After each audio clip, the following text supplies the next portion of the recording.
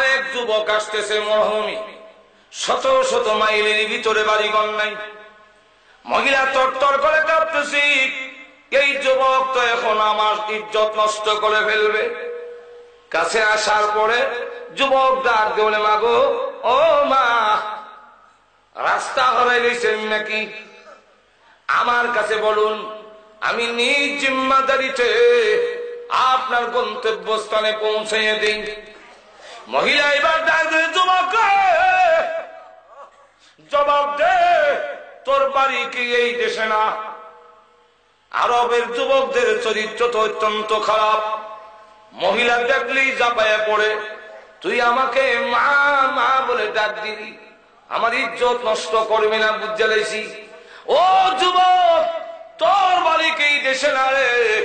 যুবক ডাক দেবে, মা গো, ও মা, আমারও চরিত্র এমনই ছিল, কিন্তু জানেন না, কিছুদিন লাগে বিশ্ব নবী রাহমাতুল লিল আলামিনের হাত ধরে আমি কালিমা পড়ে মুসলমান হয়েছি। আল্লাহর নবী আমাকে কোরআন শিক্ষা দিয়েছেন। কোরআনে বলছে, এই মরুভূমিতে কেউ না থাকলেও আমার আল্লাহ আছেন। আল্লাহ আমাকে দেখতেছেন। ওগোমা, কিয়ামতের মাঠে আল্লাহর সামনে দাঁড়ায় জবাবদিহি করতে হবে। কোরআন আমাকে এই শিক্ষা দিয়েছে। এই কারণে গোমা, আমি আগের জিনা এখন ছেড়ে দিয়েছি।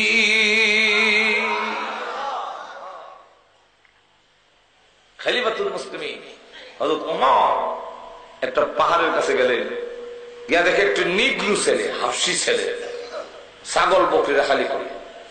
জিজ্ঞাসা করে, রাখাল, একটা ছাগল আমার কাছে বেচে দে, টাকাটা তোরে দিয়ে দে। রাখাল ছেলে জবাব দেয়, মালিক আমি নই, আমি রাখাল। লক্ষ্য করে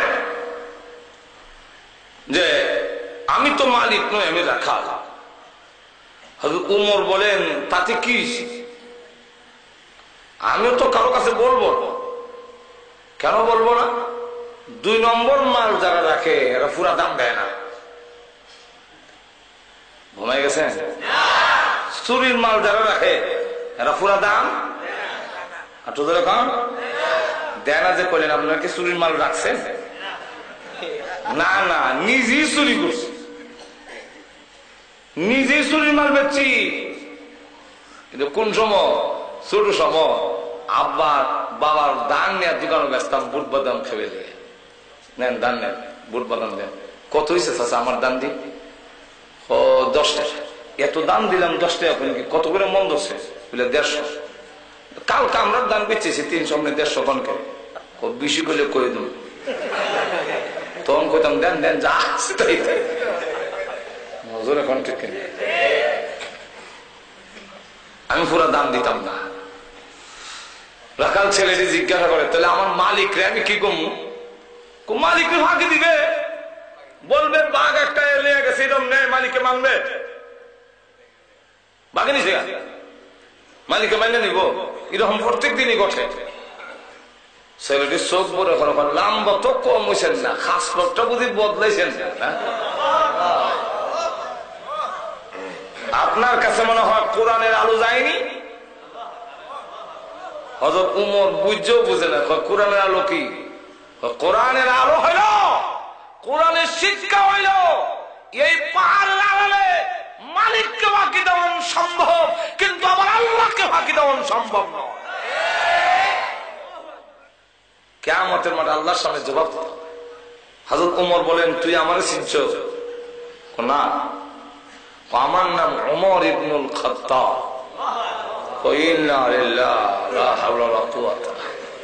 এখন তোমার নির্ঘাত মরণ। আমিরুল মুমিনিন যে মরে মনে হলে বলে, হ্যাঁ আমি মনে হচ্ছে যে জঘন্য কথা কইছে। এখন তো আমার এই বেটা, যে বেটার নাম উঠলে শয়তান পর্যন্ত রাস্তা দিয়ে যায় না। হযরত ওমর বলে, না ওই রাখাল, আমি তোকে পরিচয় দিতাম না, কিন্তু তোর ব্যবহারে এমন আনন্দে মনটা ভরে গেছে রে, আমার পরিচয় লুকায়া রাখতে পারলাম না। তোর ব্যবহারে আমার মনটা আনন্দে ভরে গেছে। আমার দেশের রাখালের কাছেও যখন কোরআনের আলো পৌঁছে গেছে, আল্লাহর কসম আর পুলিশ লাগবে না, আর আর্মি বিডিআর লাগবে না, আমার দেশের রাখালরাও আর চুরি করবে না। আল্লাহ তার নবীকে, বিশ্ব নবীকে এমন একটি বর্বর অসভ্য যুগে পাঠাইলেন। পাঠাইয়া আল্লাহ কিন্তু প্রথমেই নবীকে এই কথা বলে দিলেন না যে আপনি বলে দিয়েন আমি নবী। নবী কিন্তু আগ থেকে নবী। আমাদের নবী বলেন কুনতু নাবিয়ান ওয়া কানা আদামু বাইনাল মাই ওয়াত তিন। আদম যেই সময় পেকার পানির মাঝখানে ছিল, আমি মুহাম্মদ তখনও নবী ছিলাম। আল্লাহ নবী বলেন আউয়ালু মা খালাকাল্লাহু নূরি আউয়ালু মা খালাকাল্লাহু রূহি। আল্লাহ নবী বলেন সর্বপ্রথম আল্লাহ যা সৃষ্টি করেছেন তা হলো আমার রূহ মুবারক। সর্বপ্রথম আল্লাহ আমার রূহ বানাইলেন, পাঠাইছেন সকল নবী শেষে, আর বানাইছেন সকল নবী আরো ধরে কান। এখন লক্ষ্য করুন, আল্লাহ রাব্বুল আলামিন বলেন নবী গো আপনি কিন্তু বলবেন না, আমি আপনাকে সকলের সামনে প্রমাণ করে দিব। অপরদিকে নবীজি দুনিয়াতে আসার সাথে সাথে সকলের সামনে প্রমাণ করে দিলেন এই ছেলে সাধারণ ছেলে নয়, তার বুজুর্গি, তার মর্যাদা, তার সম্মান সকলের সামনে আল্লাহ তুলে ধরলেন। বলবো কিছু না অসুবিধা হইতেছে? আমার লক্ষ্য করে দেখুন, আল্লাহ নবীকে যখন দুনিয়াতে আল্লাহ পাঠাইলেন, যখন নবীজি সুবে সাদেকের সময় দুনিয়াতে আসলেন, আমরা অনেক সময় গজল গাই, গজল গান দিয়া আল্লাহ নবীর শান মর্যাদা তুলে ধরা যায় না। আর তো জোরে কম, আল্লাহ নবীর শান মর্যাদা গজলের মাধ্যমে তুলে ধরা আর তো জোরে কম না যায় না। কেন যায় না? গজল উল্টা পাল্টা। যেমন এক গজল গায়ে শুনছে একদিন কেসেট, আকাশেতে লক্ষ তারার জোনাক জ্বলেছে, আল্লাহ তাআলা রহমতের দরজা খুলেছে, আর ইয়ামানের কুলে চাঁদ উঠেছে। আকাশেতে লক্ষ তারা, আসমানও তারা জ্বলছে। নবীর কিতাব হইছে, তারা তো এখন আছে। আবার কয় কিতাব খুলে দেখুন, মানে আপনারা দেখতেন, আমি দেখতাম না, কারণ আমি কিতাব পড়লে না দেখতাম না। এখন আমি গিয়ে কিতাব খুললাম, মাওয়াহিবুল লুদুনিয়া, খুললে গিয়ে দেখি গজল উল্টা কি। আল্লাহ বলেন আমার ছেলে যেদিন দুনিয়াতে এসেছে, এদিন তাকায় দেখি একটা দুইটা নয়, অসংখ্য অগণিত তারকা আসমানে নয় আমার ঘরের এত কাছে এসেছে, আমি ইচ্ছা করলে তারকাগুলো হাত দিয়ে ধরতে পারতাম।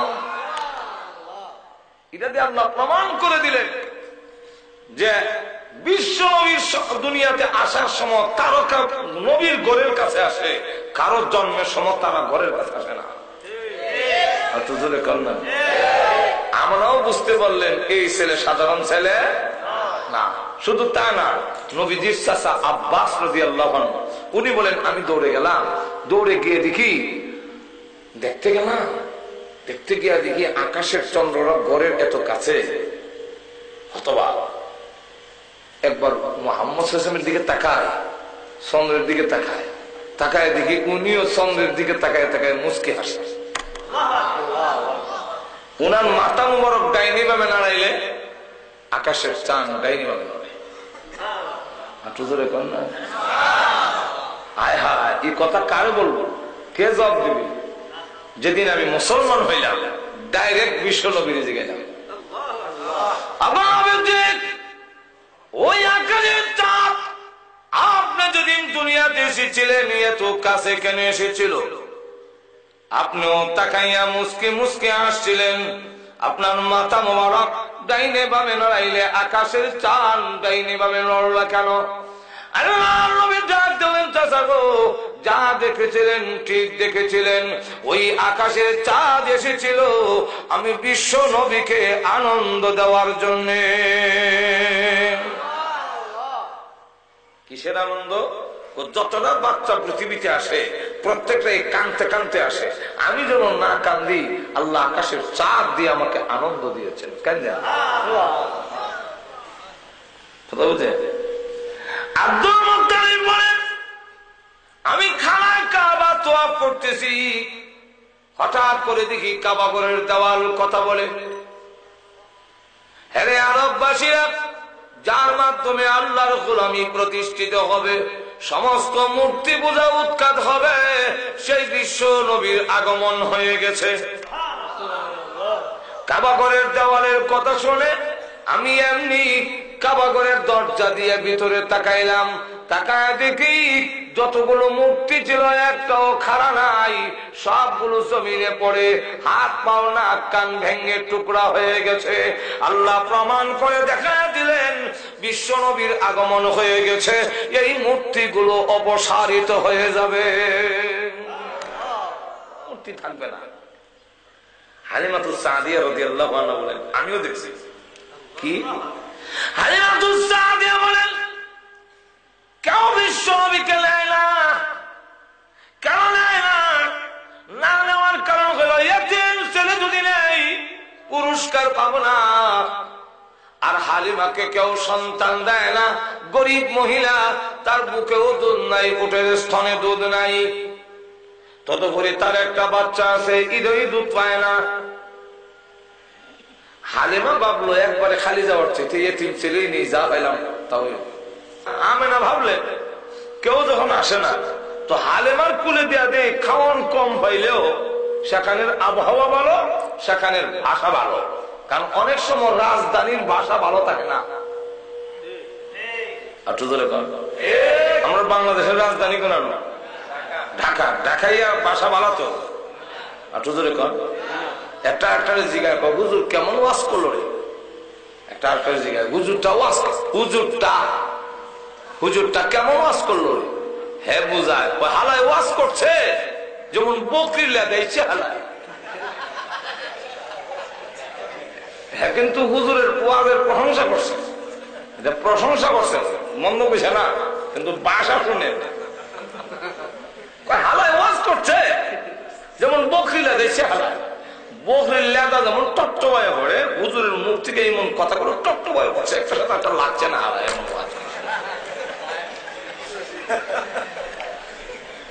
একবার বাপ মারা গেছে, কোটি কোটি টাকার মালিক, জীবনে নামাজ পড়ছে না।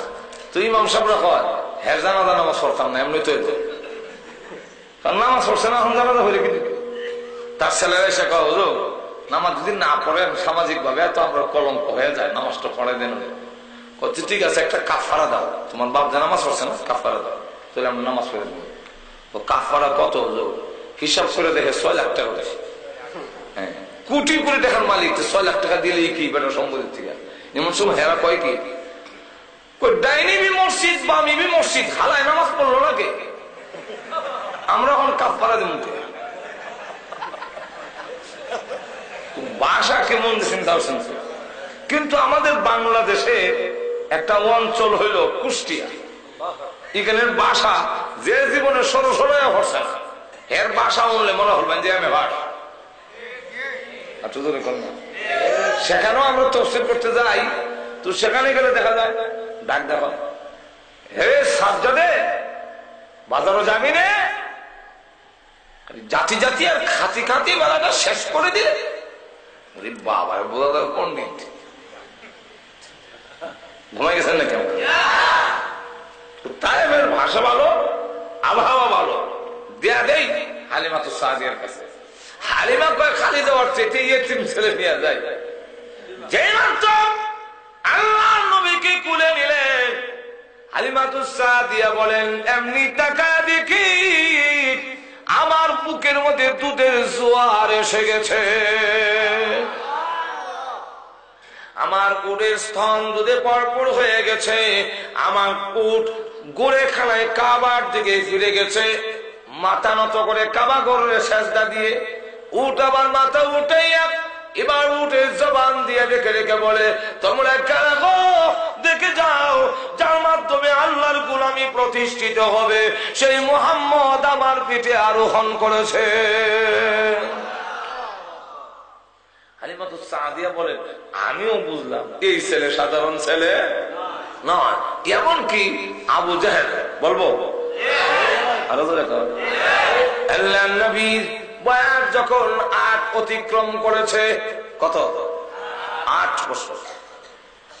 এই সময় তিনি, বর্তমান যারা হজে গেছেন জানেন, ও কাবা ঘরের সামনে পূর্ব সাইডে যে বিল্ডিং দেওয়া বাসা, এটা একটা পাহাড়ের উপরে, এখানে নিচে পাহাড়টার নাম ছিল আবু কোবায়েস পাহাড়।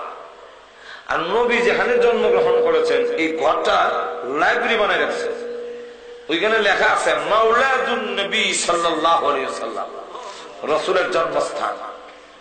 এই ঘর থেকে রাসূল এই সমস্ত পাহাড়ের কাছে দিয়ে 8 বছর বয়সে যায় আর কান্দে। কেন কান্দে? প্রভু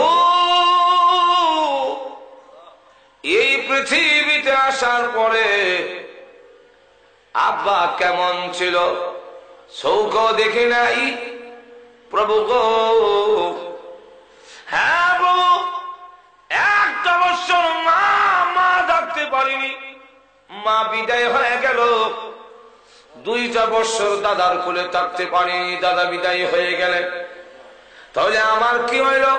আব্বা নাই, মা নাই, দাদাও নাই, ভাই বোন বলতে কেউ নাই, অথচ তামাম পৃথিবীর দায়িত্ব আমার মাথায় ছেড়ে দিয়েছ। নবীজি পাহাড়ের কাছে দিয়ে যায় আর কান্দে। আবু জাহেল এই সময় উঠে আরোহণ করে রাস্তা দিয়ে যায়, ডাক দিয়ে বলে, মুহাম্মদ রাস্তা হারিয়ে ফেলেছ, এই জন্য মনে হয় কান্দ। আল্লাহর নবী ডাক দিলেন, চাচা গো, আমি রাস্তা হারাই নাই, আমাকে কাঁদতে দেন, আমার ব্যথা আপনি বুঝবেন না, আমাকে কাঁদতে দিন। আবু জাহেল কয়, না রে, এই অবস্থায় তোমাকে রেখে আমি চলে যেতে পারি না। জোর করে আল্লাহর নবীকে উটের উপরে উঠাইছেন, কিন্তু আবু জাহেলের পিছনে বসাইছে। নবীজি পিছনে, আবু জাহেল সামনে। এবার উটের লাগাম ধরে টান দেয়, চাবুক দিয়ে আঘাত করে, উট সামনের দিকে যা। উট একটা কদম সামনে যায় না, পা গুলো উপর দিকে উঠাইয়া জোরে জোরে চিৎকার দেয়, যেমন বোঝা যায় আল্লাহর দরবারে কি বলতেছে। কিছুক্ষণ বলে দেখা যাক উটের জবান আল্লাহ খুলে দিয়েছে। উট ডাক দিয়ে বলে, আবু জাহেল রে, মুহাম্মদকে পিছনে বসাইয়া তোর মতো আবু জাহেল যদি আগে বসবি, আমাকে মারতে পারো। উটের লাগাম ধরে যতই তুমি টানো, যতই তুমি আমাকে চাবুর আঘাত করো, আল্লাহর কসম করে বলি আমার জীবন চলে গেল, এই বেয়াদবি বরদাস্ত করব না। মুহাম্মদকে সামনে না আনলে একটা কদমও সামনের দিকে বাড়বো না। আবু জাহেল এমন দৃশ্য তো জীবনে কোনদিন দেখছে না। বাধ্য হইয়া রাসূলকে সামনে আনছে। আনার পরে এবার উটের লাগাম ধরে টান দিতেই উট এত স্পিডে যায়, সামনে টিলা হলে লাভ দিয়ে হয়ে যায়। এবার বারবার লাগাম টানে, আস্তে যা, আস্তে যা। উট আবার ডাক দিয়ে, আবু জাহেল, লাগাম টেনে লাভ নাই, জীবনে কোনদিন কল্পনাও করি নাই এ বিশ্বনবী মুহাম্মদ সাল্লাল্লাহু আলাইহি ওয়াসাল্লাম আমার পিঠে আরোহণ করবে, এটা জীবনে কোনদিন কল্পনাও করি নাই। ভাগ্য গুণে পেয়েছি রে, আমি এখন এই অবস্থায় এত আনন্দিত হয়েছি, পরব না মরব আমার নিজের খবর নাই, লাগাম টেনে লাভ নাই।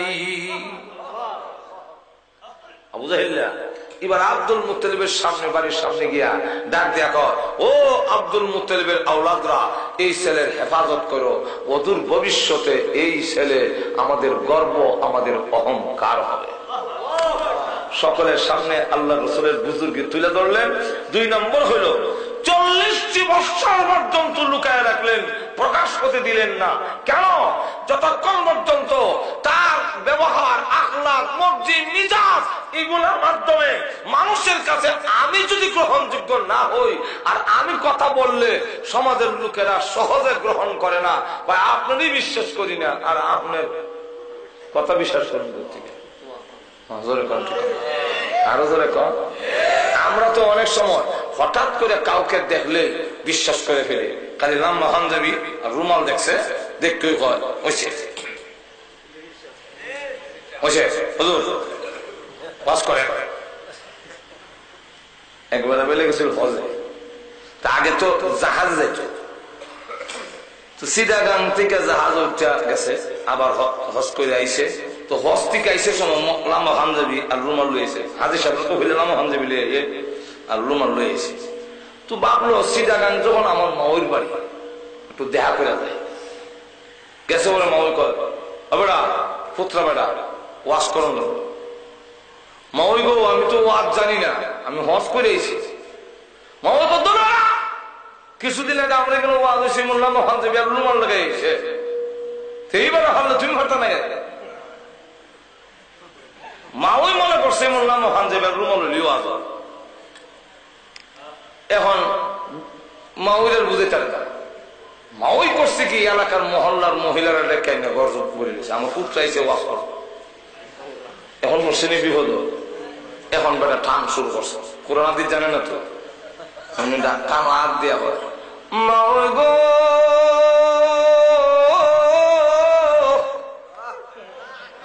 ও মাওই। আরে যখন নাকি আমি সিডাগাং থেকে জাহাজ উঠলাম, জাহাজ যখন সাইরা দিল গো, ও ফানি সারা আর কিছু দেখছি না।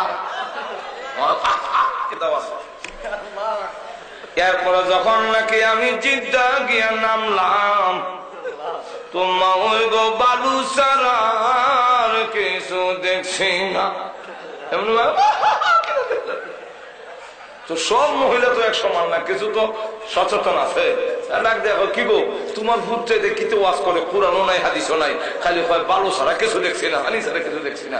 ইতে কিতা কহ কত তো ঠিক কোরআন তো কইল না, হাদিস কইল না, তুমি দি সিল্লি মারছো। আমি কি আর ইটা বুঝছি, টানের ছোটই সিল্লি মারছি।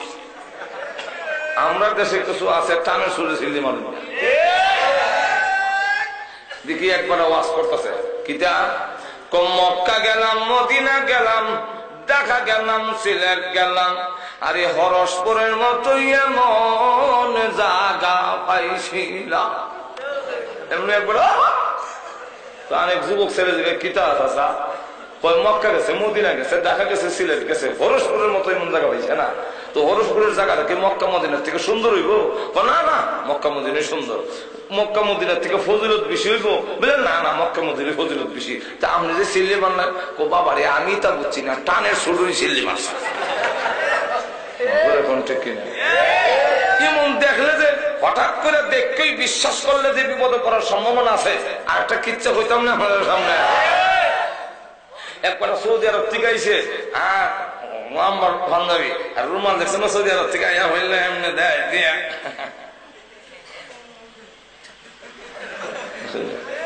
এটা মোটামুটি একটা সুন্দরই লাগে। তো এবার সৌদি আরব থেকে আইসে পাঞ্জাবের রুমাল তো হয়ে গেছে কেন, আর ছোট ভাইরা ভাইসার তো খুব সুন্দর লাগে।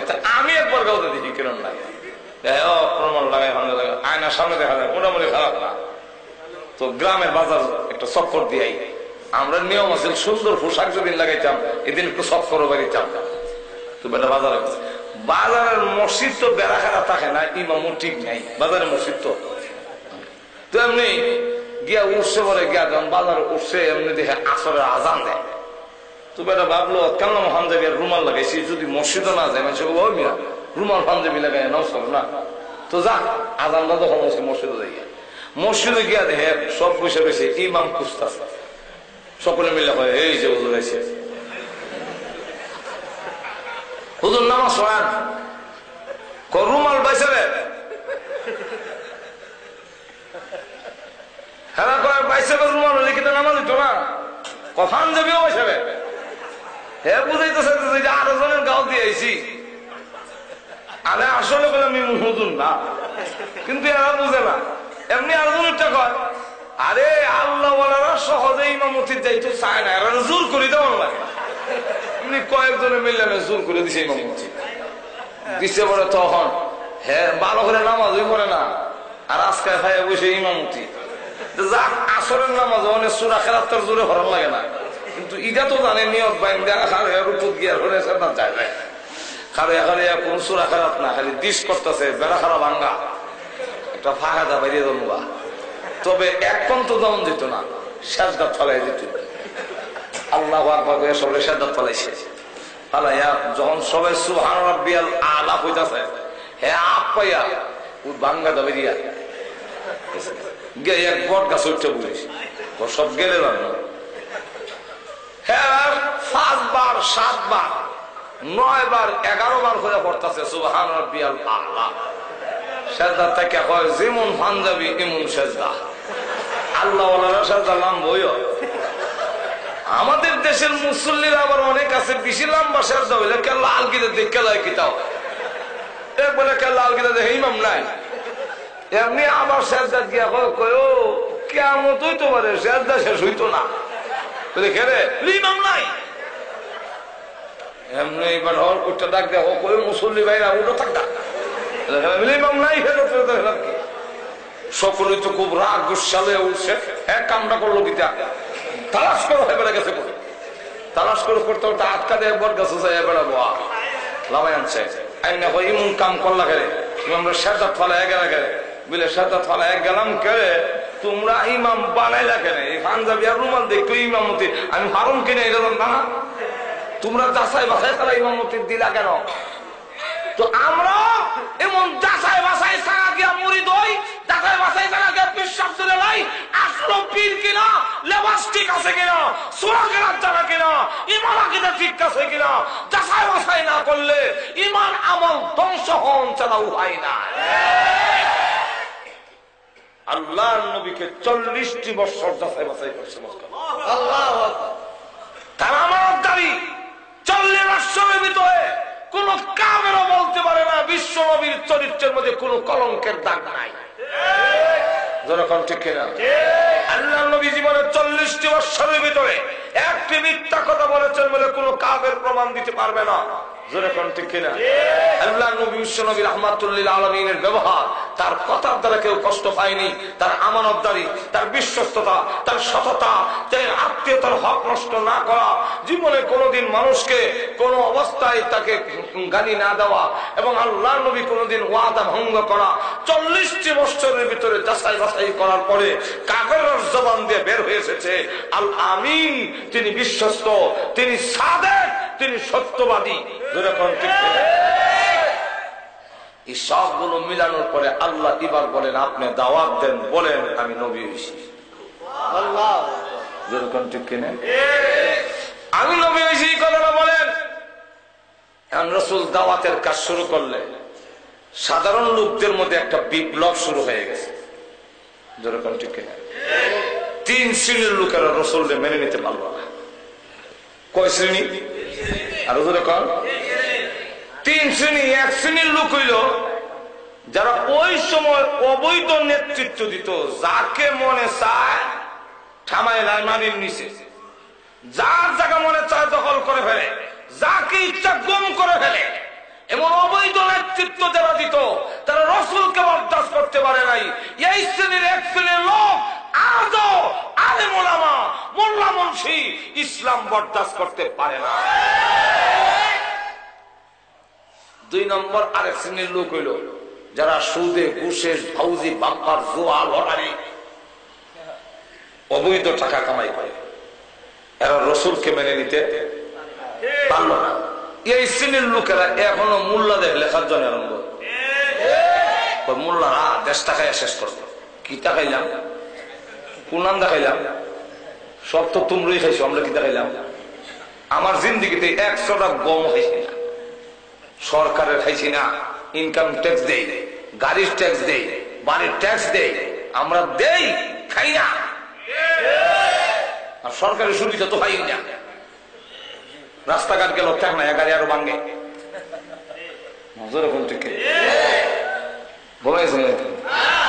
আর এক একজনের ভাষণ অমুক বাইরে দিলে ভোট, ভবিষ্যতে হবে সুখ, আর অসুখ বাড়ে।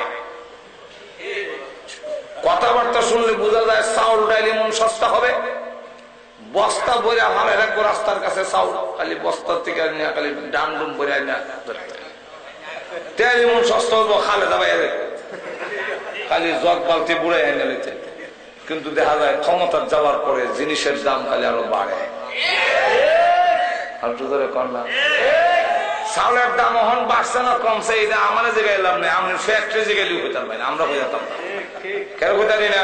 চালের দাম বাড়লো না কম, কত দাম আমি কইতারি না, আসলে কইতারি না। কেন? আমরা তো সারা বছর মানুষের গরুই খাই। জোরে কোন ঠিক কিনা? কিন্তু আপনার তো খবর আছে, জোরে কোন ঠিক কিনা?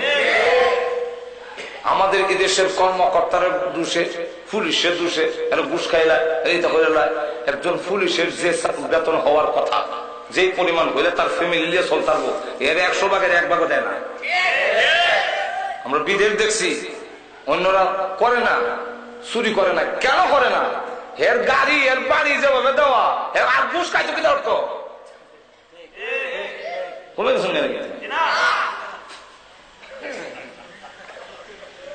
যাক, অনেক সব লাভ নাই, যেরকম ঠিক নেই। কারণ আমরা ক্ষমতার যাইবার আগে যা ক্ষমতার গিয়ে আসলে তা জোরে করে না। আর এই দল ক্ষমতায় গেলে হেরার সাইজ করুন, এরা ক্ষমতায় গেলে এরার সাইজ করুন, এই সাইজ করা আছে। হেরা গেলে হেরার নাম বদলানি, আর হেরা গেলে হেরার নাম বদলানি, এই মন বদলানি বদলানি করতে উঠতেই বছর শেষ হয়ে লাগা। ইয়াজুল মাজুর লাগা, ইয়াজুল মাজুর দেওয়া ছাড়তে ছাড়তে রাত হয়ে লাগা, সকাল হয়ে লাগা, তখন কাছে কালকা আবার গেতে দেওয়ালো মা, তা আবার ছাড়ে, ছাড়তে ছাড়তে কে দিতে ভাঙতো, আবার রাত শেষ হয়ে লাগা, তখন আবার কালকা। ঠিক না? তো যাক, এখন দেখা গেল এই বদলানি থাকে, হেরা গেলে আবার এরারা সাইজ করে। হ্যাঁ, স্বরাষ্ট্রমন্ত্রী আগে আব্দুল মতিন সাহেব আছেন, এরপরে বেরিয়ে নিয়ে কেল্লা হরাইছে, যাত্রা বাড়ি সমিল হারাইছে। আবার নাসিম সাহেব আইলো, নাসিম সাহেবের মাইরে নিয়ে আবার দিয়া হারাই দিল। গুলিস্তানের মোড়ে দেখি পাঞ্জাবি টাইনা সিরালি স্বরাষ্ট্র প্রতিমন্ত্রী বাবর সাহেবের না হাতে দেখছে রক্ত ভরে হেরা সাইজ করুন, আবার হেরা ক্ষমতা গেলে লিস্টি করে দিচ্ছে সাইজ করবো ক্ষমতা গিয়া লই।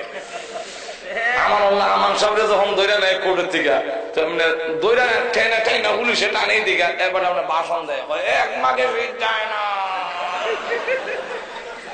মানে আমরা আবার ক্ষমতা গিয়া লই, তোমরা সাইজ করো। আমরার খবর উন্নতি নেই। আরো বল দোষ মোল্লারা খাইয়া শেষ করে, মোল্লারা কি দেখাইলো নজর এখন ঠিক কিনা? আচ্ছা যাক, 3 নম্বর কথাটা হয়ে দিতাম নি। 3 নম্বর আর একটা দল রসুলের বিরুদ্ধে দাঁড়াইলো, যারা ওই যুগে তৌরাত ইনজিল কিতাবের মোল্লারা, যারা জনগণরে কইতো যে তোমরা কবর হাসন নসর ফুল চেরাত সব আমরা তরাই আনিমু, আর তোমরা আঙ্গুর নাশপাতি গরু ছাগল দিবা, আমরা খান খাবো, আর এক কষের লাগানো খাবো। এমনই এক শ্রেণী আমাদের সমাজে এখনো আছে, যারা কিচ্ছু জানে না, ওয়াজ জানে না, কোরআন জানে না, হাদিস জানে না, পাক নামাজ জানে না, হালাল হারাম জানে না, কিন্তু সাধারণ লোকেরা কয় তোমরা কবর আসন্ন নন, এটা চিন্তা করো না, আমরা আছি, আমরা কাছে বয়াত হইবা, আর আমরা তোমরা আমরা খালি গরু ছাগল আঙ্গুর নাশপাতি দিবা, আমরা এক কষা লাগান খাইয়া জাম্বুরা লাগান কইলা বইতাম। আর আমরা দেশের কিছু লোকও আছে, তারা কয় নামাজ পড়লে পড়ি না বললে নাই, সুদ খাইলে খাই, ঘুষ খাইলে মদ খাই, আর মদ খাই বাবার লেগে ধরছি, ব্যস্ত না গিয়া সারাসারি নেই। এমন ধারণা লইয়া বইছে, এই ধারণা দিয়া হবে না। না, আল্লাহ নবীর বিরুদ্ধে তারা দাঁড়াইলো, বিরুদ্ধে দাঁড়ায় তারা কি কয়, মোহাম্মদ সাল্লাল্লাহু প্রথম বসে আপনাকে এই দাওয়াত দিয়েন না, আমরা টাকা দিলাম না, টাকা দিলাম না, বড় সর্দার বানাবো না, সুন্দরী বৌদি মনে। রসুল কয় এত কম যা কইছো তা তো দেওয়া সম্ভব, যা দেওয়া অসম্ভব। ওই আকাশের সূর্যটা যদি এক হাতে এনে দাও, তা তো পারবে না, দেও যদি চন্দ্রটা পারবে না, আর এক হাতে এনে যদি দাও, এক মুহূর্তের জন্য কালিমার দাওয়াত বন্ধ করবো। তখন কয় কি না তৈলে এটা দোষে না, এবার মোহাম্মদের বদনাম করো। তো মোহাম্মদের বদনাম কি করব? ওনার মাথা থেকে পা পর্যন্ত শরীর মুবারকের কোনো দোষ নাই। আর মানুষের একটা না একটা দোষ থাকে। চোখ দেখবেন বেটা খুব সুন্দর, চোখ বিলের চোখ, বেটা খুব সুন্দর নাক সেফা, বেটা খুব সুন্দর মিকর ফিসকারিংটা বানানা দেখতে বানরের মতো লাগে, যেমন বুশ। বেটা খুব সুন্দর লম্বা, বেটা খুব সুন্দর খাটো, বেটা খুব সুন্দর ফেটমোড়া, বেটা খুব সুন্দর কঙ্কাল, একটা না একটা দোষ থাকে। কিন্তু আল্লাহর নবীর মাথা মোবারক থেকে নিয়ে পা মোবারক পর্যন্ত কোনো দোষ নাই। 2 নম্বর হইল তার চরিত্রের মধ্যে কোনো দোষ নাই। তো কিতা দোষ করতাম বলে, আমরা সমাজের লোকেরা সব লোকে যদি একটা মিথ্যা কথা বলি সমাজে এটা সত্য হয়ে যায়। মোহাম্মদ তো পাগল না, কিন্তু আমরা সবে হোম পাগল। পাগল বলে কি বলে, সাধারণ লোকেরা ওনার কাছে যাবে না। যেমন আমাদের দেশেও কয় কি বলে, ওয়াহাবি। ওয়াহাবি কিটা? ওয়াহাব তো আল্লাহর নাম। আল্লাহর কি নাম? আল্লাহর এক নাম, ইন্নাকা আনতাল ওয়াহাব। ওয়াহাব কার নাম? ওয়াহাবের শেষে দাইয়া লাগাইলে হয় ওয়াহাবি। এর অর্থ হইল আল্লাহওয়ালা। যদি কই তবে আব্দুল ওয়াহাবি, পৃথিবীর কেউ ওয়াহাব নাই, পৃথিবীতে আব্দুল ওয়াহাব আছে। তো আমরা যদি কইতো এরা আব্দুল ওয়াহাবি, তাহলে বুঝতাম পারতাম আমরা আব্দুল ওয়াহাবি, আব্দুল ওয়াহাবের দল। আমরা তো আব্দুল ওয়াহাবি কয় না, ডাইরেক্ট কয় ওয়াহাবি। ওয়াহাবি অর্থ হইল আল্লাহওয়ালা। আসলে দাওয়াত ও তাবলীগের কাম যারা করে তারা আল্লাহওয়ালা। হক্কানি পীর বুজুর্গের মুরিদ যারা, তারা আল্লাহওয়ালা। তাদের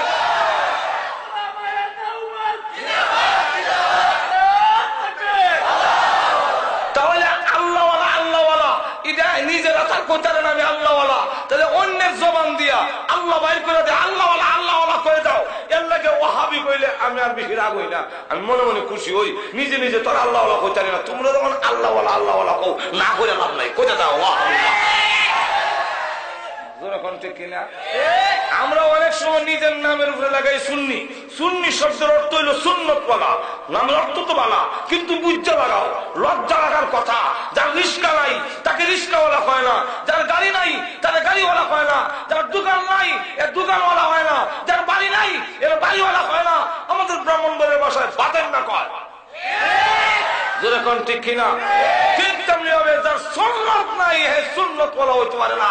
মুস দিয়া কারো লাগাইয়া গুতায় হট বাইর করিয়া মুসওয়ালা হওয়া যায়, সুন্নতি ওয়ালা হওয়া যায় না। গাঞ্জা চাইনা গাঞ্জা ওয়ালা হওয়া যায়, সুন্নি হওয়া যায় না। যেরকম ঠিক না? ঠিক না? সুতরাং সুন্নত যার নাই সে কখনো সুন্নি হতে পারে না। সুন্নি হইতে গেলে তো সুন্নত তাও লাগবো। মাজুর এখন ঠিক কিনা? রিস্কা নাই রিস্কাওয়ালা হইব। উল্টা পাল্টা কাম আমরা দেশ।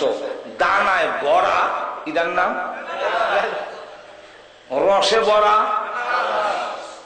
দানা শব্দের অর্থ হলো দানা নাই, অথচ দানা রসে বড়া মানে আনারস। আনারস মানে রস নাই, রসে বড়া। যেরকম ঠিক কিনা? সুন্নতে বড়া ওয়াহাবি।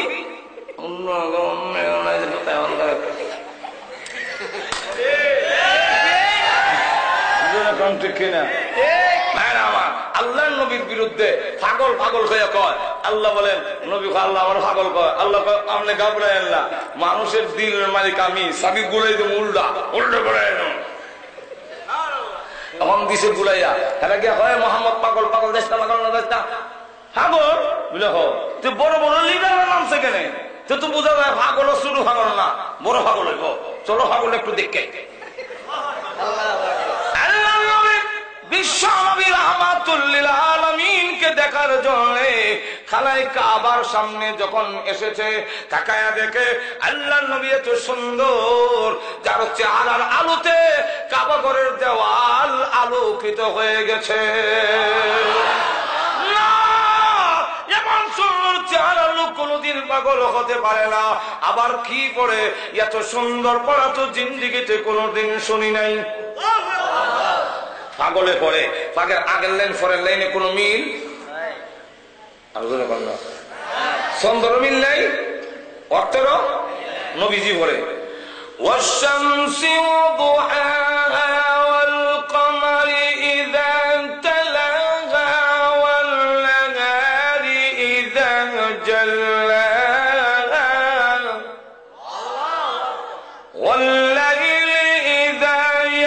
يغشاها والسماء وما بناها কাবার আগো কি রে ইমন ফরত জীবন উনছি উনি আল্লাহর ভয় কাম্বর কোনো সন্দেহ নাই কালিমা পড়ে মুসলমান কোনটা দিয়ে ভারি না। এবার ৩ নম্বর পদক্ষেপ হইল ইহুদিদের কাছে পাঠাইছে ২ জন সর্দার গিয়া জিগাও তার কিতাবে কি কয় মোহাম্মদ নবী কিনা ইদা হেরার জিগাও গিয়া হিজব তো রসুলকে মানতে রাজি না মনে আছে আপনারা এরার কাছে গেছে বলে অথচ তৌরাত কিতাবের মধ্যে আমাদের নবীর কথা আসেনি না নাই আরো যখন আসেনি না নাই এটা বিস্তারিত অনেক টাইম নেই তো তৌরাত কিতাবের পাতায় পাতায় আমাদের নবীর নাম লেখা পাতায় পাতায় তৌরাত কিতাব উল্টাইলাম উল্টায় দেখি 3 জায়গায় মুহাম্মদ সাল্লাল্লাহু আলাইহি ওয়াসাল্লাম লেখা আমি মিটায় ফেললাম আর যেন কেউ না পায় 3 জায়গা থেকে মিটানোর পরে উল্টায় দেখি 6 জায়গায় মোহাম্মদ লেখা 6 জায়গায় মিটাইলাম 9 জায়গায় দেখি লেখা 9 জায়গায় মিটাইলাম 12 জায়গায় লেখা কিরে একবার মিটাই 12 3 গুণ কারণ কি এক ইহুদি বড় আলেমকে জিজ্ঞাসা করলাম ওই ইহুদি আলেম ডাক দিয়ে বলে কোথায় হাত দিয়েছো না ধানবে কোথাকার যেই নামের হেফাজতের দায়িত্ব স্বয়ং আল্লাহ গ্রহণ করেছেন সেই নাম যদি তুমি মিটাতে থাকো শেষ পর্যন্ত দেখা যাবে তৌরাত ইনজিলে মুহাম্মদ ছাড়া আর একটা শব্দ বাকি থাকবে না। এখন বলেন কি পরিমাণ আছে। এখন তারা কই দিছে 3টা প্রশ্ন শিখাই দিছে নবীকে গিয়ে প্রশ্ন করো তাদের উদ্দেশ্য হলো জবাব দিতে পারবে না। কি প্রশ্ন? 1 নম্বর প্রশ্ন হইলো মুহাম্মদ সাল্লাল্লাহু আলাইহি ওয়াসাল্লামকে গিয়া বলো যে কোন ব্যক্তি সারা বিশ্বের প্রেসিডেন্ট ছিল পৃথিবীর এক প্রান্ত থেকে আরেক প্রান্ত পর্যন্ত সফর করেছে জুলকারনাইন সম্পর্কে গিয়ে প্রশ্ন করো আটকে যাবুগা জবাব দেওয়া তো না তো আমরা কোন লাগতো না। 2 নম্বর প্রশ্নটা হলো কোন 7 যুবক তার নিজের ঈমান বাঁচাবার জন্য দেশ খেত বাড়ি ঘর ছাইরা হিজরত করছে আসহাবে কাফের ঘটনা জিজ্ঞাসা করো। 3 নম্বরটা হলো রূহ কাকে বলে জিজ্ঞাসা করো। এই 3 প্রশ্ন শিখাই দিছে বলে রাসূলের কাছে প্রশ্ন করার পরে রাসূল বলেন আগামীকাল বলবো। কোন কাল? আগামীকাল। আজকে কি দিছি আজকে কর না কেন বলে না পূর্ণ ভরসা আল্লাহর উপরে মুতাওয়াক্কিল আল্লাহর উপরে আল্লাহ কইয়ে দিব আর আগামীকাল কইয়ে দিব। এখন জিবরাইল আইলেন কইতাম আগামীকাল ইনশাআল্লাহ কইতো আল্লাহ বুলাই দিছে। কেন বুলাই দিছে? আমরা শিক্ষা দিবার লেগে জীবনের লেগে যেমন শিক্ষা হয় এর লেগে আল্লাহ বুলাই দিছে। ইনশাআল্লাহ কইছে না ইনশাআল্লাহ তখন কইছে না আল্লাহ জিবরাইল যায় না বলে আল্লাহ যাইতাম না অ্যাক্সিডেন্ট করবো বলে অ্যাক্সিডেন্ট ঘটলেই আর বলতো না কিয়ামত পর্যন্ত তার ছাত্ররা তার উম্মতরা ইনশাআল্লাহ বাদ দিত না যাই না জবাব দেবো আমি আমার নাম কইতো না। এখন পরের দিন 15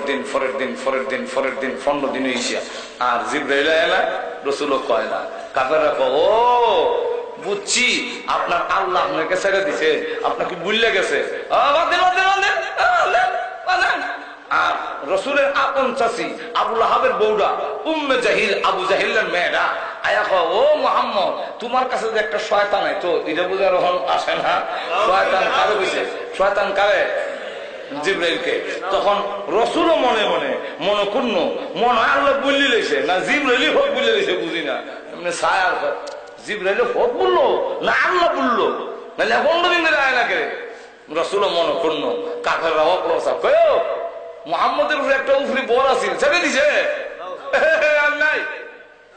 ওই আল্লাহ তখন তার রসুলকে সান্ত্বনা দেওয়ার জন্য কাফিরদের অপপ্রচারের দাঁত ভাঙ্গা জবাব দেওয়ার জন্য সূরা দুহা নাযিল করলেন।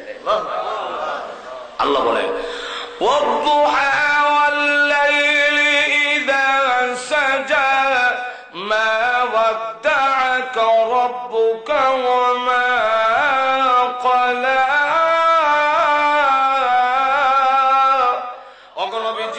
দিনের ওই সময়ের কসম করে বলি যেই সময় দিনের আলো পরিপূর্ণ হয়, রাইতের ওই সময়ের কসম করে বলি যেই সময় রাইতের অন্ধকার পরিপূর্ণ হয়। এই দুইটা সময়ের শপথ কসম করে বলি মা ওয়াদ্দা'আকা রাব্বুকা ওয়া মা ক্বালা। আপনার রব আপনাকে ছেড়ে দেন নাই, আপনাকে বেজার হন নাই, আপনার প্রতি তিনি বেজার নন, আপনাকে ছেড়ে দেন নাই। আমি স্বয়ং আল্লাহ কসম করে বলি যার জন্য এত মহব্বত এত ভালোবাসা, যার চেহারা মুবারকের এত দাম, যে যার চেহারা মুবারককে আমি আল্লাহ কুরআনের আয়াত বানাইলাম, যার জবান মুবারককে আমি আল্লাহ আল্লাহ কোরআনের আয়াত বানাইলাম, লা তুহাররিক বিহি লিসানাকা, আমি যার চোখ মুবারককে আমার কোরআনের আয়াত বানাইলাম, লা তামুদ্দান্না আইনাইকা, যার হাত মুবারককে আমি আল্লাহ কোরআনের আয়াত বানাইলাম, লা তাজআল ইয়াদাকা, ওগো নবীজি যার সিনা মুবারকের কথা আমি আল্লাহ কোরআনের আয়াত বানাইলাম, আলাম নাশরাহ লাকা সাদরাকা, ওগো নবীজি যার এত দাম, ইয়া আইয়ুহাল মুসাম্মিলু, হে কমলিওয়ালা বলে ডাক দেই, হে কম্বলওয়ালা, কম্বলের ভিতরে লোকটার নাম বলি না, ইয়া আইয়ুহাল মুদাসসিরু, হে চাদরওয়ালা, চাদরের ভিতরে লোকটার নাম বলি না। আমি যেই নবীকে এত ইজ্জত দিয়েছি, এত সম্মান দিয়েছি, এই নবীকে ভুলি নাই, ভুলবো না। আল্লাহ কেন বললেন দিনের আলোর সাথে সূর্যের আলো যে সময় পূর্ণ হয়, এই সমর কসম খাইলেন কেন? এর কারণ হলো অনেকটা ব্যাখ্যা দিচ্ছেন মুফাসসিরিনে কেরাম। এর একটা ব্যাখ্যা হলো তাম পৃথিবী আলোকিত করার জন্য আল্লাহ দিনের বেলা একটা লাইট উঠায়, এটার নাম সূর্য। যেরকম ঠিক কিনা? সূর্য শুধু আপনার মিরপুরের লেগে না, মিরপুরের লেগে না, সারা বিশ্বের জন্য।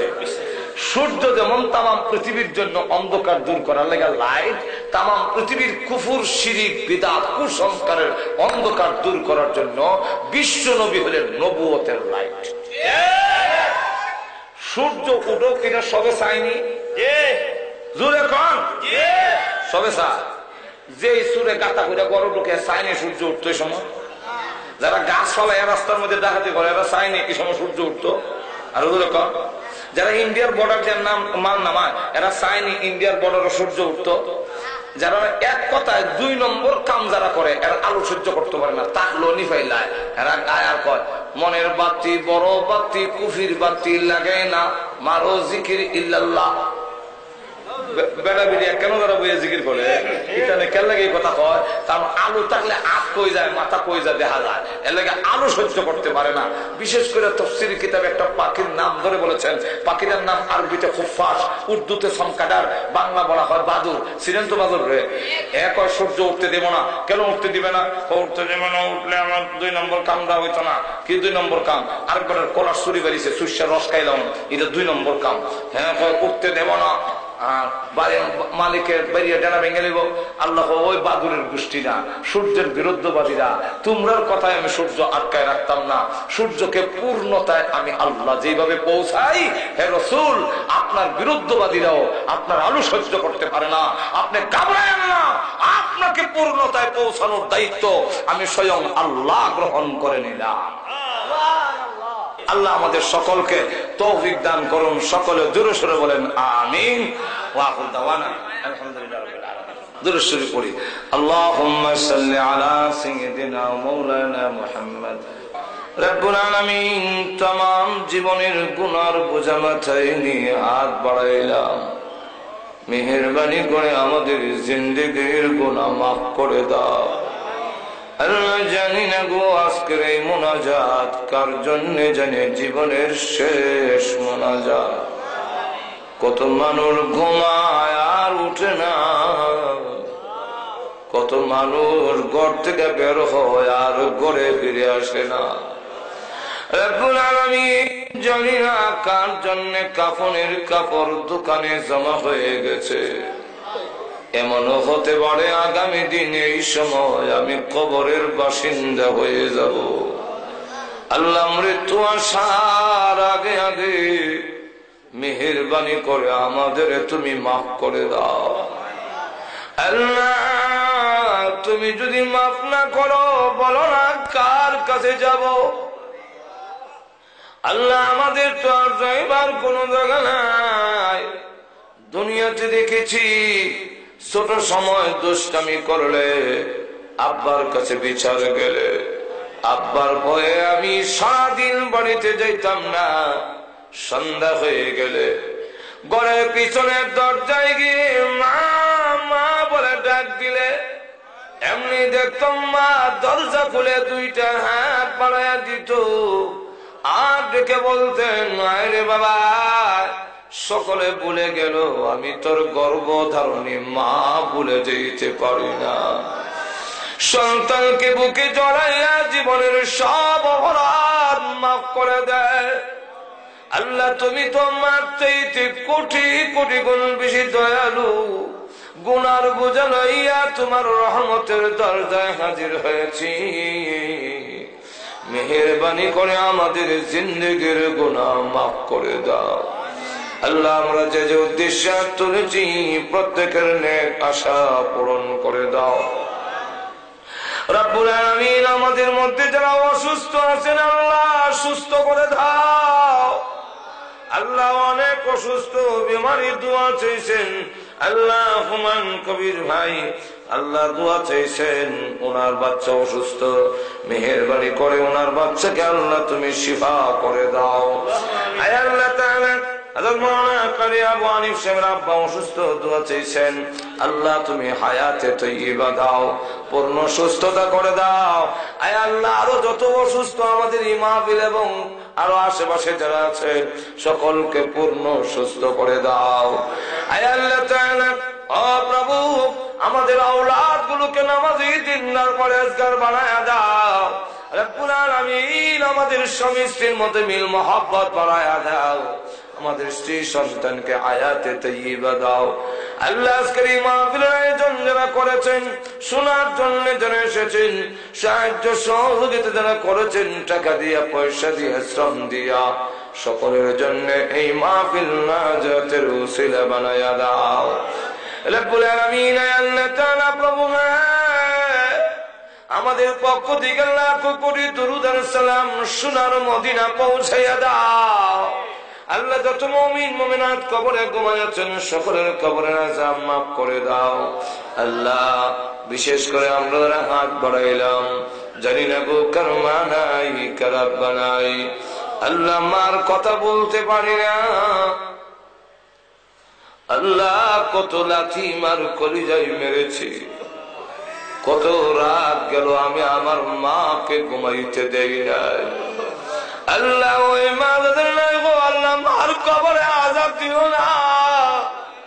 আল্লাহ আপনাদের নাই, আল্লাহ বাড়িতে গেলে স্টেশনে নেমে দেখতাম আমার আব্বা আমার জন্য দাঁড়াই রয়েছে, বিদায়ের বেলা গাড়িতে উঠাইয়া গাড়ি ছেড়ে দিলে পিছনের দিকে তাকায়া দেখতাম আমার আব্বা গাড়ির দিকে তাকায়া তাকায়া কান্দে।